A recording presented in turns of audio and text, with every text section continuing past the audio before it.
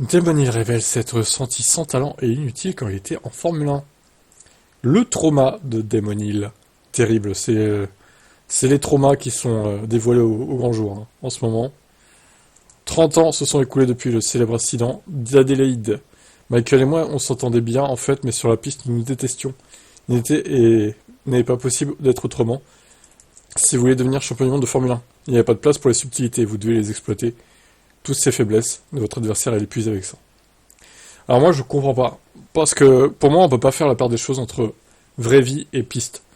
Je suis désolé, quand tu dis que tu t'entends bien hors dehors de la piste et que tu le détestes sur la piste, c'est pas logique.